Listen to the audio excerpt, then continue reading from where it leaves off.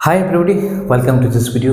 Today again we'll start our discussion about phrasal verb. তবে আজকে phrasal verb হচ্ছে go এই ওয়ার্ডটা নিয়ে। go এর সাথে বিভিন্ন প্রিপোজিশন অ্যাড হতে পারে, অ্যাড হয়। এর অর্থ বিভিন্ন ক্ষেত্রে বিভিন্ন রকম ভাবে হতে পারে। এটাকে তো আমরা বলছি phrasal verb।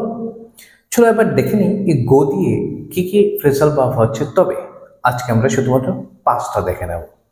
So number one হচ্ছে go after. Go after is what? Go after মানে হচ্ছে pursue করা, pursue an object অথবা pursue a goal। কোনো তোমার গোল অথবা উদ্দেশ্য কিংবা কোনো একটা অবজেক্টকে পিছু করা অথবা পার্সু করাকে বলা হচ্ছে go after। ফর এক্সাম্পল ধরো বলতে পারি Mimi wants to be an actress. She is working hard, it is her dream। চলো মিমি অ্যাক্ট্রেস হতে চায়, এটা হচ্ছে তার dream. She is going after her dream। সে তার ড্রিমের ধাওয়া করছে, পেছন পেছন যাচ্ছে, পার্সু করছে ড্রিমটাকে।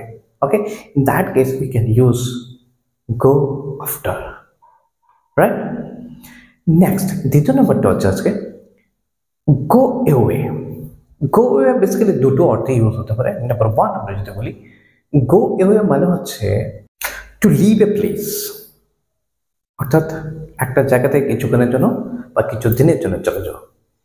ফর এক্সাম্পল আমরা বলতে পারি উদাহরণ হিসেবে we decided to go away for a few days.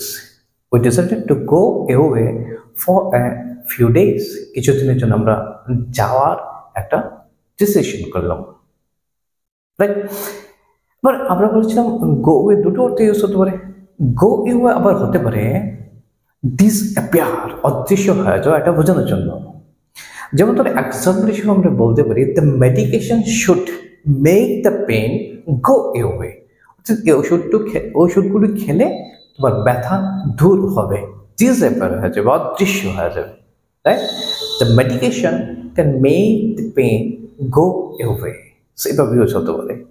Number three হচ্ছে গো ব্যাক। গো ব্যাক মানে কি রিটার্ন করা, ফিরে আসা। ওকে, সো আমরা বলতে পারি এক্সাম্পল হিসেবে he will go back to his job after enjoying 5 days leave. সে 5 দিন তার ছুটি ভোগ করে আবার তার চাকরিতে কি করবে, জয়েন করবে, ফিরে যাবে, right? He will go back to his job, তার জবে আবার কি করবে, ফিরে যাবে। সো এইভাবে কি হতে পারে, গো ব্যাক ইউজ হতে পারে। নেক্সট আমরা বলতে পারি গো বাই এর কথা। গো বাই মানে কি? গো বাই মানে হচ্ছে পাস, অর্থাৎ চলে যাওয়া। যেমন ধরো আমরা বলতে পারি put up your hand, otherwise the bus will go by without stopping. তোমার হাত দেখাও, হাত তুলো, আদারওয়াইজ বাসটা তোমাকে না দেখেই, না থেমেই চলে যাবে। So in that case we can use go by. So go by মানে হচ্ছে চলে যাওয়া। Next one, the last one হচ্ছে গো ডাউন। গো ডাউন হচ্ছে রিডিউস করা অথবা কমা, ডিক্রিজ করা। আর যেমন ধরো এক্সাম্পল যদি আমরা বলতে পারি the price of LPG has gone down a bit recently. এলপিজির দাম ইদানিংকালে একটু কমেছে। The price of LPG has gone down a bit recently.